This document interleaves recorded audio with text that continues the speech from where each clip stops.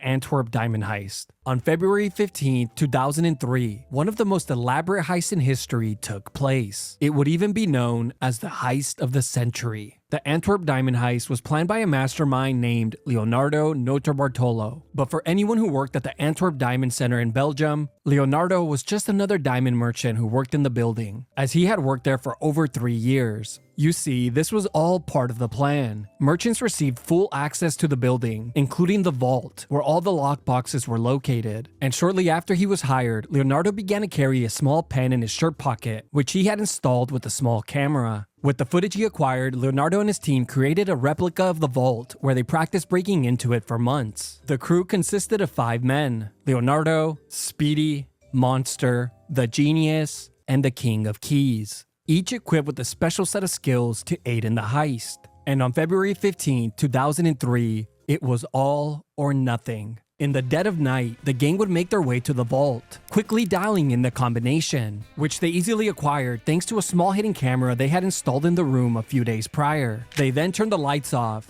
opened the vault door, and quickly sprayed the heat sensor with hairspray and covered it with styrofoam. Then they covered the light sensors with black bags to avoid triggering the alarms. The second gate was quickly lockpicked by the King of Keys, and once that was opened, Monster carefully got to work on the alarm wires, disabling them. And in the complete darkness, the gang broke open all the lockboxes with a custom-made gadget the King of Keys had created, which just worked like a large corkscrew. A few hours later, with over $100 million worth of diamonds, jewels, and cash, the thieves escaped, not leaving a single piece of evidence at the crime scene. All in all, it was the perfect heist. It wasn't until their escape out of the country that one of their members' paranoia would get the best of him. Speedy began to dump all the evidence linking them to the crime in a forest, instead of burning it as they had planned. This critical error came back to haunt them, as it was later discovered by the landowner. The junk contained envelopes to the Antwerp Diamond Center, surveillance tape footage, and receipts that linked the men to the crime. The men were quickly arrested, and Leonardo, the mastermind behind the heist, was sentenced to 10 years in prison, while 3 of the members were sentenced to 5. Only one man was so meticulous as to not leave any traces of his existence before,